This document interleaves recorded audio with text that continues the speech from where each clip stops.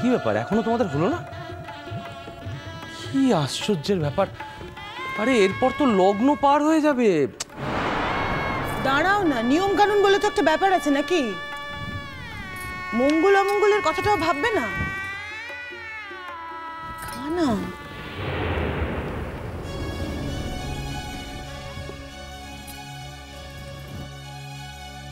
বল বাবা।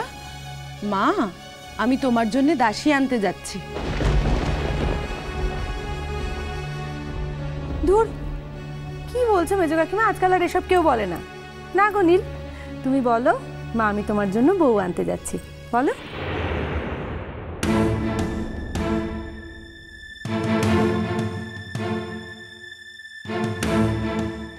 এই ধ্যাসটামোগুলো এখন না করলেই নয় ভূমি।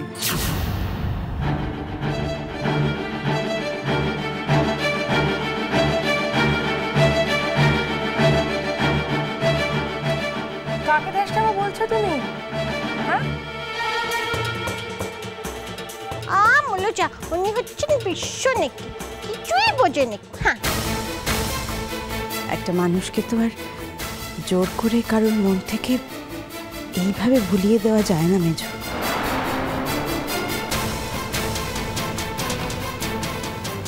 তাই বলে কি সেই মানুষটার নাম তোমরা সবাই মিলে বারবার উচ্চারণ করবে, যেই মানুষটার কোনো সামাজিক স্বীকৃতিই নীলের জীবনে নেই?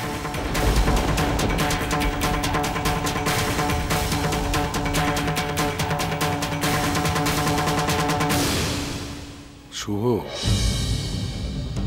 এতদিন তুমি অনেক কথা বলেছ, এখনো বলছো। আমি তোমাদের সব কথার মধ্যে থাকি না, কারণ আমি জানি একটা বয়সের পর সব মানুষেরই সরে দাঁড়ানো উচিত, অন্যদের পথ করে দেওয়া উচিত। কিন্তু তোমরা তো আমার সন্তান সন্ততি, তাই প্রতিবেশীদের মতো দূরে আড়ালে থাকবো সে উপায় তো আমার নেই। তাই আমার বিবেচনা মতো আমি তোমাদের সঙ্গে দু একটা ভালো মন্দ আলোচনা করি, কিন্তু কোনো কিছু তোমাদের উপর চাপিয়ে দিই না। কিন্তু তার মানে এই নয় যে তোমরা তার সুযোগ নেবে।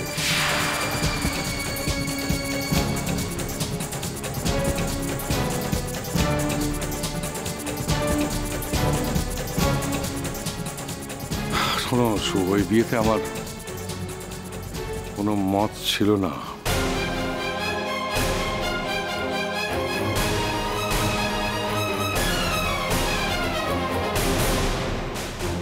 তুমি আর জোর করে তোমার ছেলের বিয়ের বরকর্তা করে আমাকে নিয়ে যাচ্ছ। আসলে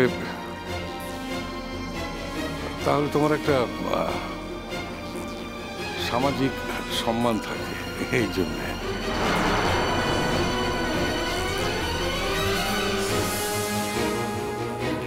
তুমি যে অনৈতিক কাজ করছো, আমাদের সবাইকে জড়িয়ে তুমি তার মধ্যে থেকে একটা নৈতিকতা আদায় করতে চাইছো, কিন্তু সেটা হয় না। এ বাড়িতে কাজলকে নিয়ে আলোচনা হবেই, কাজলের দান এ বাড়ির সকলে মনে রাখবেই। আর আমার মতো এ বাড়িতে অনেকেই চিরকাল মনে মনে জানবে যে তুমি তোমার নিজের স্বার্থে শুধু শুধু একটা নিরপরাধ মেয়েকে এ বাড়ি থেকে তাড়িয়ে দিয়েছ,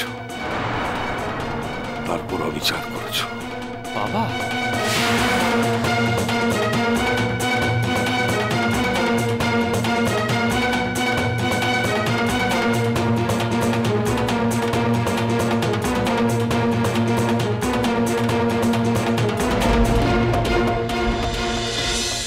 আমার বাবা ঠিক কথা কইছে, আমার বাবা একদম ঠিক কথা কইছে।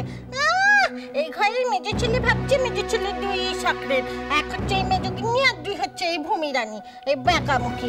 এই ঘরে সত্যি কথা বলার লোক আছে, বুঝেছো? সত্যি কথা বলার লোক আছে, আমার বাবা আছে, আমি আছি, তাই না বাবা? বলো বলো বলো, তাই না? তোমাকে হাজারবার বলেছি শুভ, যে এই বিয়েতে তোমরা আমাদের জড়িও না। তোমাদের এই বিয়েতে আমরা বরযাত্রী হয়ে যেতে চাই না, কিন্তু তুমি শুনলে না আমাদের কথা।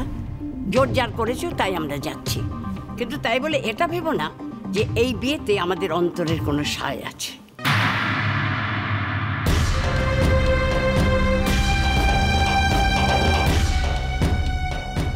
এই কথাগুলো কি এখন বলার সময় শোনা জেঠি? নীলকে নিয়ে আমরা বারবার বিব্রত হয়ে পড়ছি বলেই কি নতুন করে সর্বক্ষণ এই প্রসঙ্গে কথা বলে যাচ্ছে?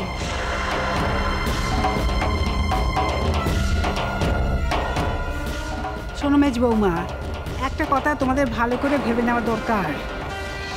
শোনো, কাজল যদি কোনোদিন জানতে পারে যে আমরা বাড়ির সকলে ঝেঁটিয়ে তার স্বামীর বিয়েতে গেছি, তার কাছে আমরা ছোট হয়ে যাবনি কো? হ্যাঁ, যাবনি?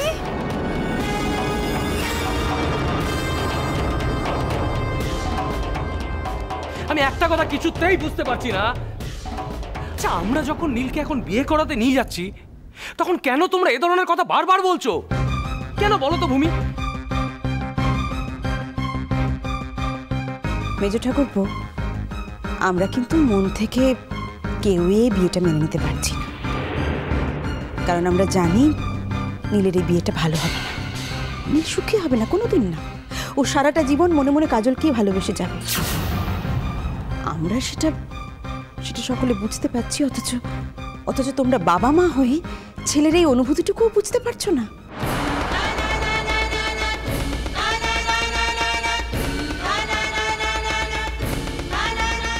আমরা আমাদের ছেলের ভালো চাই, আর আমরা এও জানি আমাদের মতো করে আমাদের ছেলের ভালো কেউ চায় না। তারা আমার ছেলের মন রাখতে চায়।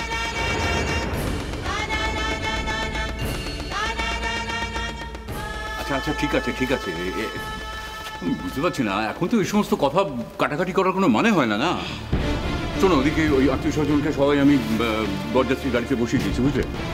মেয়ের বাবা থেকে দেখে আমাকে ফোন করছেন, এখনই না বেরোলে তো লগ্ন বয়ে যাবে শেষকালে। শুভ, যা হবার তো হয়েই গেছে, এখন মিছুমিছি এইভাবে কথা বাড়িয়ে কোনো লাভ আছে বল? কথা আমি বাড়াচ্ছি?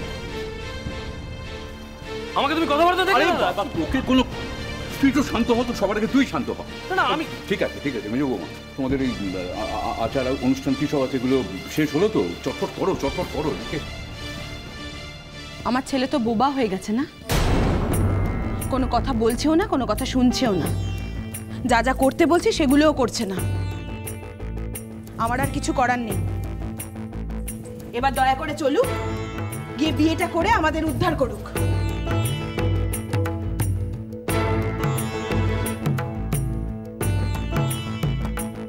ওঠ ভাই ওঠ, চল। তুই একটা কথা কেন বুঝতে পারছিস না যে ঈশ্বর যা লিখে দিয়েছেন তোর জীবনে তাই হবে? এরকম ভাবে তুই কিছু পাল্টাতে পারবি না। উপরে একজন আছেন তো, ঈশ্বর যাকে আমরা বলি, প্রত্যেকের জীবনটা তিনিই লিখে দেন, আর সেই লেখা অনুযায়ী সবার জীবনটা চলে। এর বাইরে তুই যাবি এমন সাধ্য কি আছে তোর? তাকে এইভাবে না ভাবলে না তুই বাঁচতে পারবি না ভাই। চল ওঠ।